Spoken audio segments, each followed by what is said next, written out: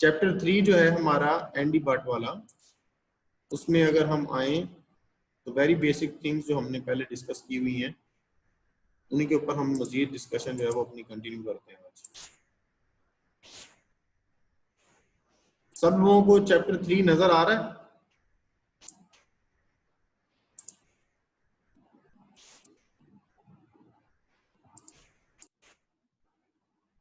जी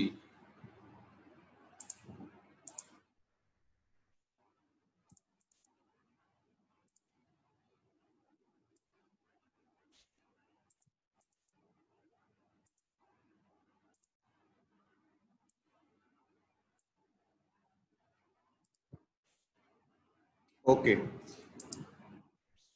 अच्छा अच्छा बेटा, आ जाएं चैप्टर 3 के ऊपर। मैंने आपको कहा था कि इसके अंदर वो सारी चीजें हैं जो हमने अब तक डिस्कस की हैं और अक्सर आपको उसमें प्रॉब्लम रहता है। फॉर एग्जांपल आपको क्वेश्चन ये होते हैं आपके कि हमने लाइंस कौन सी कहाँ पे हैं, लाइंस की टाइप हमने नहीं पढ़ी, वो हमें नहीं पता। तो इसके अंदर लाइन की टाइप्स भी थी और आपको प्रॉब्लम होता है कि कौन सी लाइन को किस पेंसिल से ड्रॉ करना है, ये आपके लिए मेजर इशू होता है। तो ये भी डिटेल इसके अंदर मौजूद है। इसके अलावा लेटरिंग का जो स्टैंडर्ड्स हैं वो इसके अंदर गिवन थे। उसके अंदर से जो हमने स्टैंडर्ड यूज किया है वो मैंने आपको उसी के मुताबिक हर चीज बनवाई है। वो आपको अगर देखना है आपने यहाँ से तो आपको दिखाया भी जा सकता है, लेकिन वो मैंने चीजें कंप्लीट आपसे डिस्कस कर ली हैं कि कितना डिस्टेंस दरमियान में होना चाहिए, कितना टॉप से होना चाहिए, और जो लेटर है उसकी हाइट और उसकी विड्थ क्या होनी चाहिए। ये चीजें हमने डिस्कस, यानी कि मैंने आपको बता दिया था, उसके मुताबिक ही आपने सारा बनाया है ना। तो मेजर यहाँ पे जो चीज थी बताने वाली आपको वो थी डायमेंशन लाइंस और लाइन की टाइप्स और पेंसिल कौन सी यूज करनी है ना। तो हम सबसे पहले शुरू करते हैं लाइन की टाइप से। तो बेटा जैसे ही चैप्टर 3 शुरू होता है इसके अंदर बिल्कुल शुरू के अंदर ही आपको कुछ टेबल नजर आ रहे हैं। ठीक है, राइट साइड पे टेबल 3.3 नजर आ रहा है।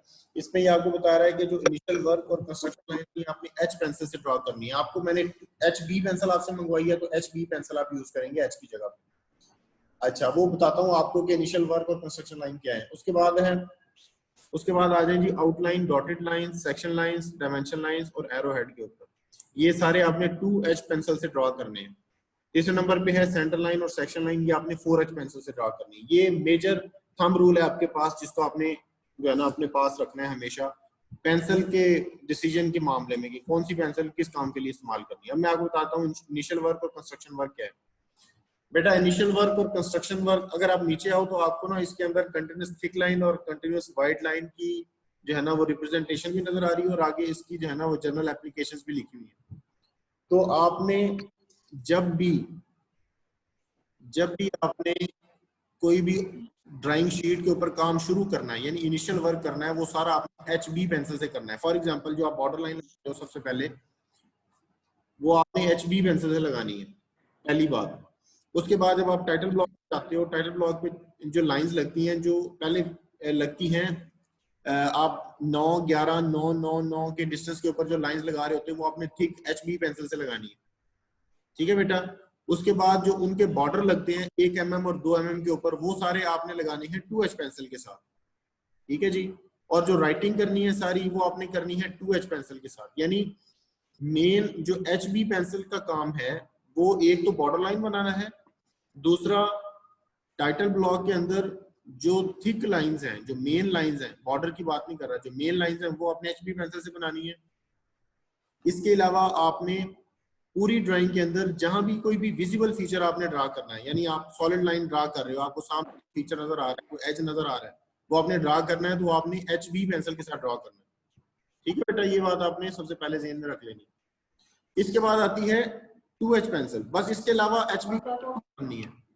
2H पेंसिल के साथ मैक्सिमम काम आपने 2H पेंसिल के साथ। इसमें आपने क्या क्या चीजें ड्रा करनी है। सबसे पहले इसमें जो है ना वो डॉटेड लाइंस है। ये आउटलाइंस जो है ना इसको आप छोड़ दें, ये इतनी जो है ना इसके अंदर मैं आपको बताता हूँ इसके बारे में बाद में। Dotted lines, just a minute.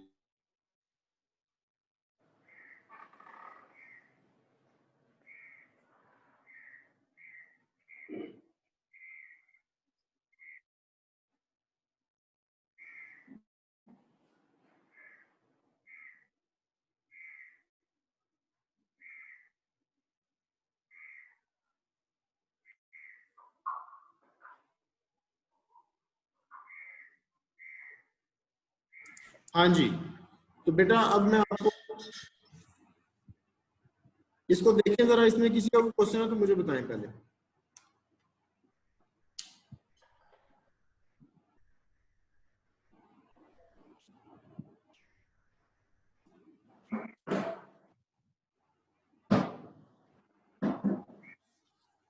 वही क्वेश्चन। अच्छा बेटा, 2H पेंसिल के साथ आपने जो देखिए, जब आप व्यूज बना रहे होते हैं तो आपको व्यूज के अंदर मुख्तलिफ लाइंस ड्रॉ करनी पड़ती है ना। मुख्तलिफ लाइंस कौन कौन सी हैं? सबसे पहले तो जो विजिबल फीचर्स हैं वो आप उसके लिए विजिबल लाइन लगाते हो, ठीक है, जिसे हम कंटिन्यूअस थिक लाइन कहते हैं, ठीक है। इसके बाद लाइन लगानी पड़ती है डिफरेंट, अगर कोई हिडन फीचर है तो उसके लिए डैश लाइन लगानी पड़ती है, ये नीचे लगी हुई है। आप नीचे लाइंस की टाइप में देखो, एफ के ऊपर जो है ना वो डैश थिन लाइन जो है ना वो आप हिडन आउटलाइंस के लिए, हिडन एजेस के लिए लगाते हैं, ये आपको बता रहे हैं, ठीक है। ये लाइन आपने लगानी है 2H पेंसिल के साथ। अच्छा, इसके बाद आ जाए, आपको सेंटर लाइन लगाने की जरूरत पड़ती है। सेंटर लाइन देखें एच के ऊपर, ये जी के ऊपर सेंटर लाइन आपको दिखाई हुई है, जी के ऊपर इस टेबल के अंदर जी में अगर आप देखें तो यहाँ पे आपको सेंटर लाइन दिखाई हुई है। सेंटर लाइन आपने लगानी किस डायमेंशन की है, ये आपको पहले पहले लेक्चर के अंदर एक स्लाइड के अंदर लिखा हुआ मिल जाएगा, जिसमें बताया जाता है कि जो डैश है वो 9 से 12 mm की होनी चाहिए, और फिर गैप होना चाहिए 2 mm का, फिर डॉट आएगा, फिर 2 mm का गैप आएगा, फिर डैश आएगी 9 to 12 mm। तो ये स्टैंडर्ड आपने हमेशा फॉलो करने हैं। सेंटर लाइन के लिए, हिडन लाइन के लिए क्या स्टैंडर्ड है ये आपको गिवन है शुरू शुरू में, ठीक है बेटा। अच्छा, और इसमें किस लाइन की आपको जरूरत पड़ती है ये देखें, शुरू से आप देखते जाएं। तो अच्छा, एच में आ जाए, एच में आपको थिक, थिन और थिक नजर आ रही है लाइन, ये जब आपने कटिंग प्लेन लाइन लगानी होती है उसके लिए आप ये लाइन यूज करते हैं। इसकी मैं आपको एग्जांपल अभी आगे दिखाता हूँ, ठीक है बेटा। और बाकी इसमें जो लाइंस हैं वो आमतौर पे आपकी यूज नहीं होंगी। जो मेन लाइंस आपने बार बार यूज करनी होती हैं वो होती हैं मेन, जो आपने कोई किसी भी फीचर का जो विजिबल पार्ट है वो जब आपने बनाना होता है तो उसके लिए आप कंटिन्यूअस थिक लाइन, उसके लिए आपने पेंसिल यूज करनी है एच और एच बी। आपके लिए एच बी है क्योंकि आपको एच बी पेंसिल के लिए कहा गया था। इसके बाद जो भी आपने हिडन फीचर्स ड्रॉ करने हैं किसी भी लाइन के ऊपर, या सेक्शन लाइन ड्रॉ करनी है, या डायमेंशन लाइन ड्रॉ करनी है, या एरो हेड बनाना है, वो 2H पेंसिल के साथ। सेंटर लाइन और सेक्शन लाइन आप 4H पेंसिल के साथ लगाएंगे, ठीक है बेटा। अब आ जाए आगे टाइप, टाइप ऑफ लाइन के ऊपर, ठीक है। आउटलाइंस, आउटलाइंस वो होती हैं जो विजिबल एजेस की होती हैं, जो मैंने आपको बताया कि एच पेंसिल के साथ या 2H पेंसिल के साथ आपने कंटिन्यूअस थिक लाइन लगानी है, ये आउटलाइंस है आपकी, ठीक है जी। इसके बाद मार्जिन लाइंस हैं इसकी, ये मार्जिन लाइंस वो हैं जो आपकी, जो आप बॉर्डर के ऊपर लाइन लगाते हो ना, ये मार्जिन लाइंस आपको बता रहा है कि ये कंटिन्यूअस थिक होनी चाहिए और एचबी पेंसिल के साथ लगाते हैं। इसके बाद डायमेंशन लाइंस हैं। डायमेंशन लाइंस क्या होती हैं, ये इधर आ जाए राइट साइड के ऊपर, आपको डायमेंशन लाइंस नजर आ रही है, ठीक है बेटा। सबको नजर आ रही है? मुझे जरा चैट बॉक्स में लिख के यस लिख के बताएंगे ताकि मुझे आइडिया हो जाए कि सबको डायमेंशन लाइंस नजर आ रही है। मैं इसको सिंगल पेज कर देता हूँ ताकि सबको जरा वाइड क्लियर नजर आए।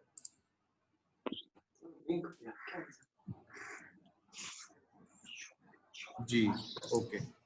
अच्छा बेटा, इसमें अगर आप देखें, अभी आपने काम किया ना सारा, वो आपने किया है, ये जो एक्चुअल पार्ट आपको नजर आ रहा है वो आपने सारा कर लिया। इसमें ये कंटिन्यूअस थिक लाइन है, ये मैं आपको बताता हूँ, ये वाली जो लाइन है ये कंटिन्यूअस थिक लाइन है, ये कंटिन्यूअस थिक लाइन है सारी जो आपने बना ली है, ठीक है। ये वाली लाइन, ये वाली लाइन, ये कंटिन्यूअस थिक लाइन है सारी, सही है बेटा। इसके बाद यानी मैं आपको एग्जांपल के तौर पे ये वाला पार्ट दिखा रहा हूँ, ये पार्ट तो आपने अभी नहीं बनाया, जस्ट आपको ये बता रहा हूँ कि लाइन की टाइप्स डिफरेंट क्या होती है। इसके बाद आ जाए जी आप सबसे पहले इस लाइन के ऊपर, ये सेंटर लाइन के ऊपर, ये वाली जो लाइन है ये देखें, ये सेंटर लाइन होती है, और ये आपको तब लगाने की जरूरत पड़ती है जब आप किसी भी सर्कुलर ऑब्जेक्ट को ड्रा कर रहे होते हैं, यानी कोई सर्कल बना रहे हैं या कोई आर्क बना रहे हैं, तो आपने जब उसका सेंटर बताना होता है ना, उस सेंटर के अंदर से आपको इस तरीके से हॉरिजॉन्टल और वर्टिकल दो सेंटर लाइंस गुजारनी पड़ती है, ये बताने के लिए कि इस ऑब्जेक्ट का सेंटर इस जगह के ऊपर होगा, ठीक है बेटा। इसके बाद आ जाए आप हिडन लाइंस के ऊपर। ये हिडन लाइंस हैं, ये कब कब ड्रा की जाती हैं ये मुझे बताएंगे आप चैट बॉक्स के अंदर, ये हिडन लाइंस कब ड्रा की जाती हैं, ताकि मुझे पता चले जो चीजें मैंने बताई हैं वो आपको याद भी हैं कि नहीं। चैट बॉक्स में बताएंगे कि हिडन लाइंस कहाँ पे और कब ड्रा की जाती हैं।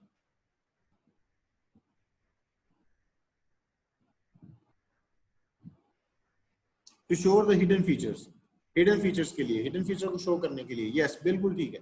यानी ऐसे फीचर्स जो आपको, अगर फॉर एग्जांपल आप फ्रंट से देख रहे हो तो फ्रंट से जो चीजें विजिबल हैं आपको, जो एजेस विजिबल हैं वो तो आप कंटिन्यूअस थिक लाइन से लगा देते हो।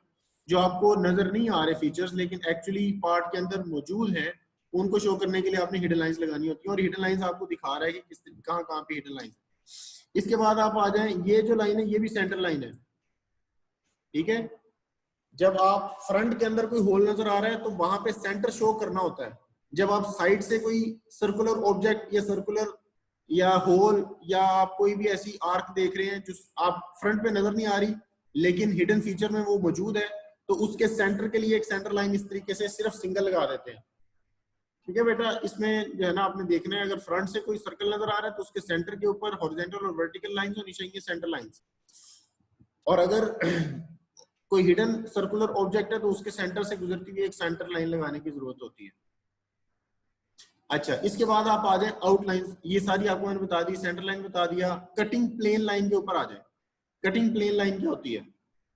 कटिंग प्लेन लाइन ये आपको मैं करवाऊंगा मिड के बाद, ठीक है, या फिर नेक्स्ट वीक के अंदर ना जब आप आओगे, अगर आपने मिड से पहले कोई और आपकी ड्राइंग के लिए टाइम बच गया तो, ठीक है। और ये जरूरत हमें तब पड़ती है जब आपने किसी भी ऑब्जेक्ट को एक तरफ से सेक्शन करके दिखाना हो, यानी आप वाले पार्ट को हटा के नीचे वाला पार्ट ही सिर्फ दिखाना चाह रहे हैं, तो उसके लिए आप बताते हो कि इस लाइन से, ये पार्टिंग लाइन होती है, जैसे कटिंग प्लेन लाइन कहते हैं, आप बताते हो इस लाइन से, ये जो कटिंग प्लेन लाइन लिखा हुआ है ये प्लेन हिडन लाइन है, लेकिन हिडन बाहर जाके थिक हो जाती है, ये अभी भी मैंने आपको बताई थी, ठीक है बेटा। अच्छा, ये क्या होता है कि आप ये वाली लाइन दिखा रहे होते हो कि आपने यहाँ से कट करना है और टॉप से देखना है। जब ये पी जहाँ पे लिखा है ना पी, इसको देखें तो एरो की जो डायरेक्शन नीचे की तरफ है, इसका मतलब ये है कि जहाँ पे पी है ना, ऑब्जर्वर यहाँ पे होगा और वो नीचे को देखेगा काटने के बाद, तो जो आपको व्यू नजर आएगा वो व्यू नीचे ड्रा किया हुआ, ये नीचे ड्रा किया हुआ, ठीक है।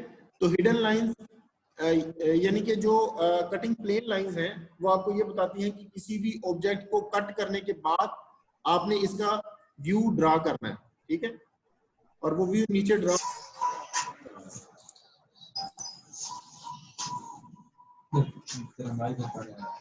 ये देखें ये ड्रा हुआ है नीचे। तो खैर ये पार्टिंग, जब हम कटिंग प्लेन के ऊपर काम करेंगे तो कटिंग प्लेन लाइन के बारे में मैं आपको मजीद बताऊंगा। इसके बाद आप आ जाए, ये नीचे कुछ डायमेंशन लाइन लिखी हुई है, डायमेंशन लाइन, इसकी आपको जरूरत पड़ने वाली है। जो दो ड्राइंग्स मैंने आपको कहा है आपने कंप्लीट करनी है, जो लास्ट वीक में आपने बनाई थी, वहां पे आपने डायमेंशन लाइन घर से लगा के आनी। आपने उसके लिए फार्मूला या जो मेथड है वो आपने यही यूज करना है जो मैं अभी आपको बताने लगा। देखें कि जो पार्ट है, फॉर एग्जांपल इसकी जो हॉरिजॉन्टल एक्स की टोटल जो वैल्यू है वो है 90, फॉर एग्जांपल ये सामने जो लिखी हुई है, आपने इसको शो करना है तो आप कैसे करते हो, ये वाली जो लाइन है ना, ये वाली और ये वाली, इसे हम कहते हैं एक्सटेंशन लाइंस। एक्सटेंशन लाइंस, ये एक्सटेंशन लाइंस जो है ना वो इसलिए लगाते हैं, जब आपने डायमेंशन लगानी होती है तो पहले आप एक्सटेंशन लाइंस लगा के ये बताते हो कि कौन सी डायमेंशन या कितना फासला जो है ना वो आप दिखाना चाह रहे हो। एक्सटेंशन लाइंस लगाने का फार्मूला ये है, अगर ये फॉर एग्जांपल पार्ट है तो इस तरह एक्सटेंशन लाइन लिखती है, ये एक्सटेंशन लाइन है, ठीक है। यहाँ पे जो डिस्टेंस है वो होना चाहिए 1 mm,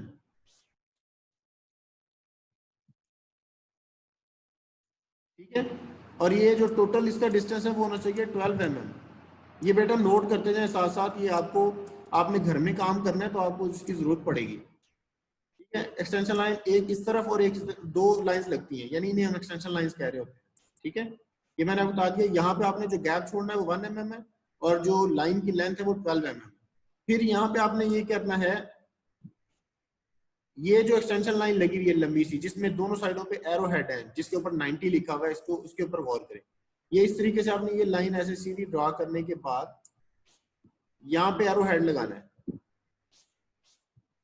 ये भी, ये एरो हेड बिल्कुल इस तरह का जो है ना, ये यहाँ पे अब सही नहीं बन रहा लेकिन आपको आइडिया हो रहा है कि ये कैसे बनाना है ना, ऐसे एरो हेड बन जाएगा ये। और एरो हेड की जो डायमेंशन है ये भी मैं आपको बताऊंगा, ये भी स्टैंडर्ड के साथ बनानी होती है, ये फ्री हैंड नहीं बनाना होता। इसके ऊपर आप लिख देते हो सेंटर में 90, और 90 के लिए आपने वही लेटर्स यूज करने हैं, 9 और 0 जो भी आपने पहले पहले लेटरिंग वाली साइड के अंदर बनाए थे। जी खुबैब सही कह रहे हैं आप, 3:1 होना चाहिए। ये हम आगे डिस्कस करते हैं।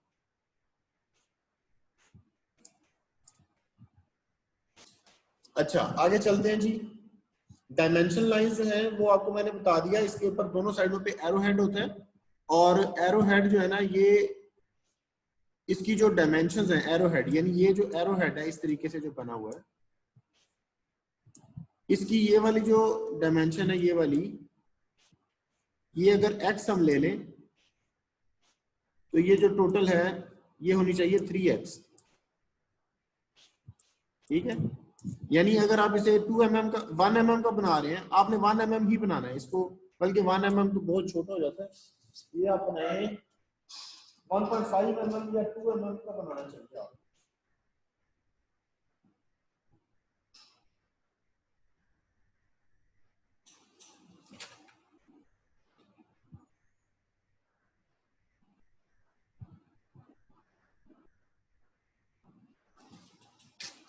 ये आप बनाए बेटा 1.5 mm का x रखें, और 1.5 मल्टीप्लाइड बाय 3 क्या हो जाएगा, 4.5। ठीक है जी, तो 4.5 आपने जो है ना इसकी लेंथ रखनी है mm के अंदर। ठीक है, ये स्टैंडर्ड आपने फॉलो करना है। अच्छा, उसके बाद आपको एक्सटेंशन लाइन का भी पता चल गया, डायमेंशन लाइन का भी पता चल गया, आउटलाइन का, हिडन लाइन का, सब इन यहाँ से लाइंस का पता चल गया। इसके बाद आप नीचे आ जाएं, यहाँ पे एक होती है लीडर लाइन। जब आपने डायमेंशन किसी सर्कल की बनानी हो और आपने सर्कल के अंदर इस तरीके से जो है ना डायमेंशन लाइन लगाने के बाद उसके ऊपर ही उसका डायामीटर नहीं लिख देते, आपने वहां से एक लाइन बाहर निकालनी होती है, क्योंकि जगह अंदर अक्सर कम होती है, तो फिर आपको ये बाहर, और वैसे भी ड्राइंग के बाहर ही डायमेंशन होती है, ड्राइंग के अंदर डायमेंशन नहीं होती। तो ये जो लाइन होती है जो बाहर आप लगाते हो, इसे हम लीडर लाइन कहते हैं। और 510 का मतलब ये है कि 10 मिलीमीटर डायामीटर है इस सर्कल का, जिसकी हम डायमेंशन शो कर रहे हैं। इसके बाद जो आपने सेक्शनिंग वाला ऊपर प्रोसेस देखा था, जो ऊपर वाला पार्ट हमने रिमूव किया था सेक्शन लाइन के ऊपर, और नीचे वाला पार्ट हम ड्रा करते हैं, तो जो सेक्शन यानी जहां से कटा हुआ होता है मटेरियल, उसको हमने इस तरह सेक्शन लाइन के साथ शो करना होता है। 45 डिग्री के ऊपर ये लाइंस लगती हैं, इन्हें हम कहते हैं सेक्शन लाइंस। ठीक है बेटा, तो ये सारी वो चीजें हैं जो आज के लेक्चर के अंदर आपको बताना बहुत जरूरी थी। अब इन सारी लाइन टाइप्स के अंदर अगर किसी को कोई कंफ्यूजन है तो मुझे चैट के अंदर बताएं।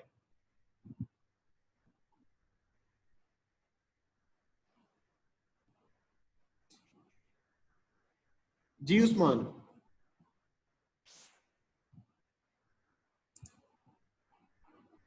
सेक्शन लाइन की लाइन के दरमियान 3 mm का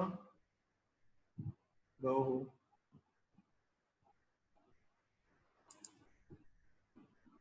सेक्शन लाइन की लाइन के दरमियान 3 mm का क्या लिखा हुआ बेटा, आपने दोबारा लिखो।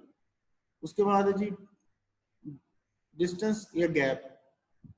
बेटा खुबैब पूरा क्वेश्चन लिखो ना, डिस्टेंस गैप सर क्या मतलब है, क्या कहना चाह रहे सर ये जो सेक्शन लाइन हमने लगाई है, दो लाइनों के दरमियान कितना गैप होता है, 3 mm होता है या 1 mm होता है? 1 mm का तो नहीं होता, ये 2 mm के हिसाब से हम चलेंगे, 2 mm लगाएंगे, यानी ये दोनों ये डिस्टिंक्ट हमें नजर आनी चाहिए। ठीक है, तो 2 mm का डिस्टेंस और फिर लाइन, फिर 2 mm का डिस्टेंस, फिर लाइन, इस तरीके से लगाई जा सकती है। ठीक है, और नीचे वाली फिगर जो है इसके अंदर आ जाए, इसके अंदर जो लाइन है वो आपको इसकी जरूरत नहीं पड़नी, इसलिए हम इसको रहने देते हैं। अगर एंगल की कोई डायमेंशन देनी हो तो वो आप देख लें, इसके अंदर ये गिवन है, ये देखिए एंगल की डायमेंशन इस तरीके से आपने देनी है। ये दो लाइनें, इनके दरमियान में एंगल 60 डिग्री है, तो आपने एक आर्क लगानी है इस तरीके से सेंटर से, और वहां पे ऊपर 60 डिग्री लिख देना है। ठीक है बेटा,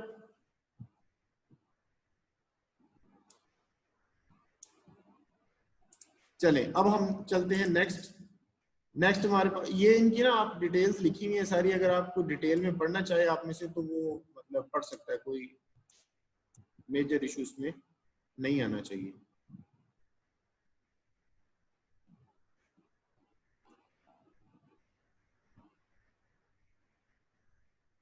ये लेटरिंग की सारी डायमेंशन है, ये इसी हिसाब से मैंने आपका बनवाया था सारा काम जो हमने किया हुआ। अच्छा जी, अब आगे डिफरेंट जो है ना वो उसने टाइप्स दिखाई हुई हैं डायमेंशन देने के लिए, किस तरीके से आप डायमेंशन दे सकते हैं। आपका जितना भी काम है वो उस सारे प्रोसेस के साथ हो जाएगा जो अब तक हम डिस्कस कर चुके हैं। ठीक है बेटा, सारी लाइन की टाइप आपको पता है। ये आप देखें नीचे, इसमें भी उसने वैसे किया हुआ है।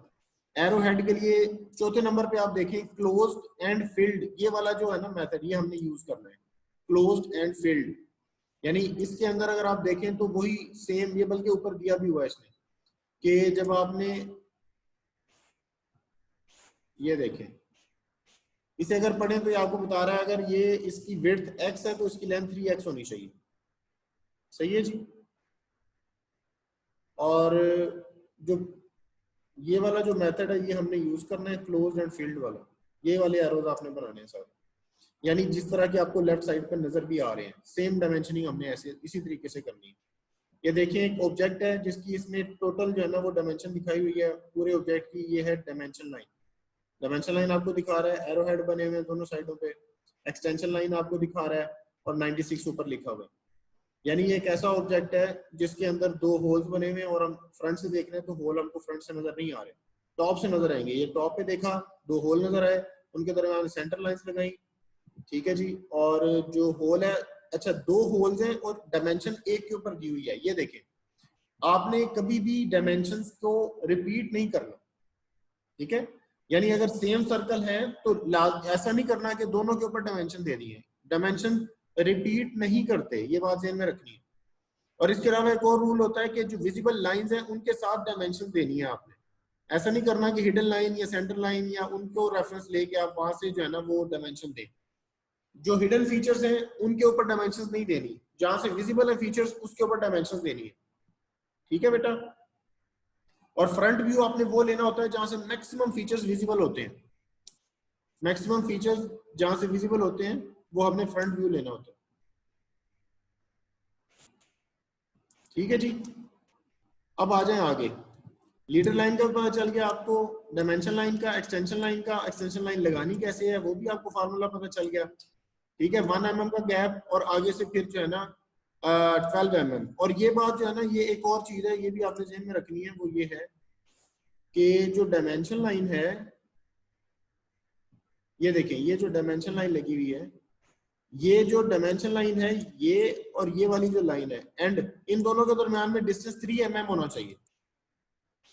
ये नोट करते जाए साथ साथ। ठीक है जी। एक्सटेंशन लाइन जो है वो ऑब्जेक्ट से 1 mm अपार्ट होनी चाहिए।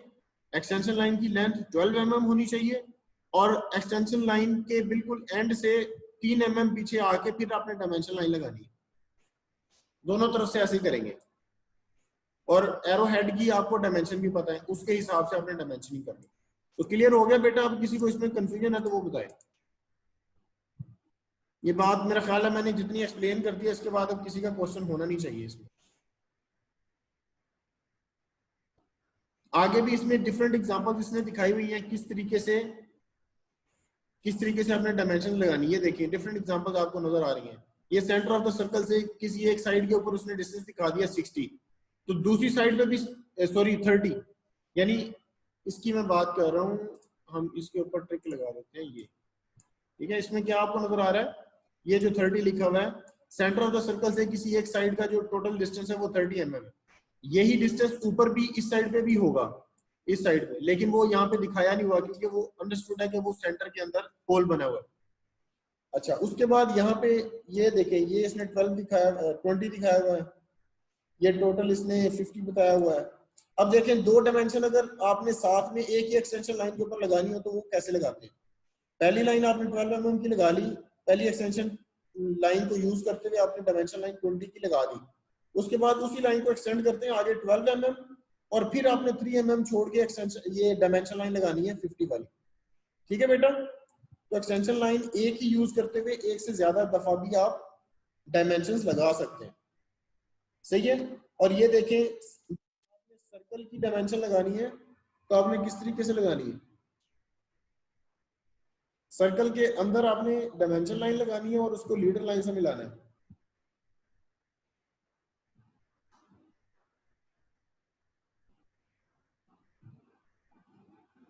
ठीक है बेटा, इसमें किसी का क्वेश्चन है तो वो मुझे बताए।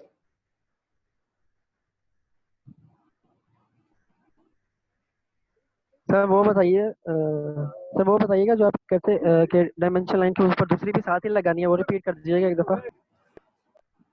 नहीं समझ आई बेटा, क्या कह रहे हो, दोबारा बोलो।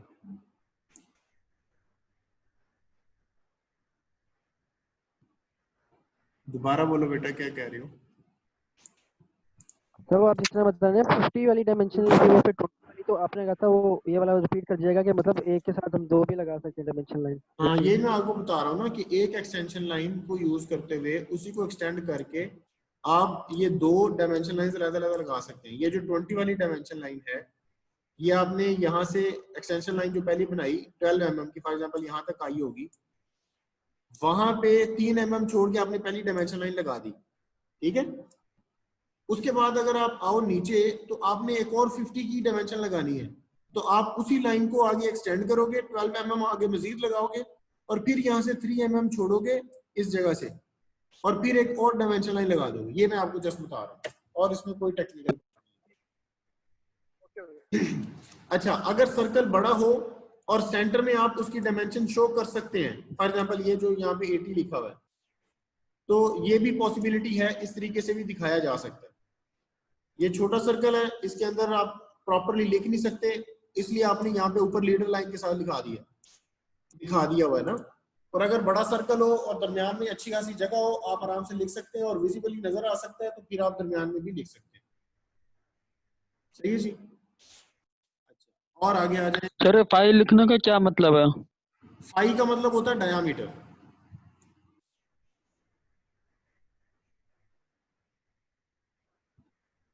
यहाँ पे फाई जो सिंबल है वो डायमीटर के लिए यूज होती है।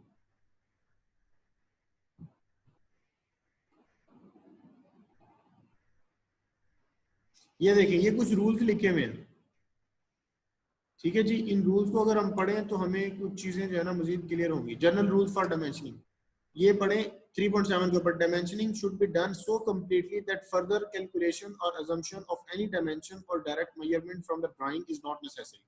यानी आपने जो है ना डायमेंशंस इतनी देना आपके लिए जरूरी है कि हर बंदे को आइडिया हो जाए कि हर साइड से मटेरियल जो जितना भी वर्क पीस के ऊपर या जॉब के ऊपर लगा हुआ है उसकी डायमेंशंस क्या है हर तरफ से। Every dimension must be given, but none should be given more than once. ठीक है, डायमेंशन सारी बतानी चाहिए लेकिन रिपीट नहीं करनी चाहिए। A dimension should be placed on the view where its use is shown more clearly. ठीक है, hidden line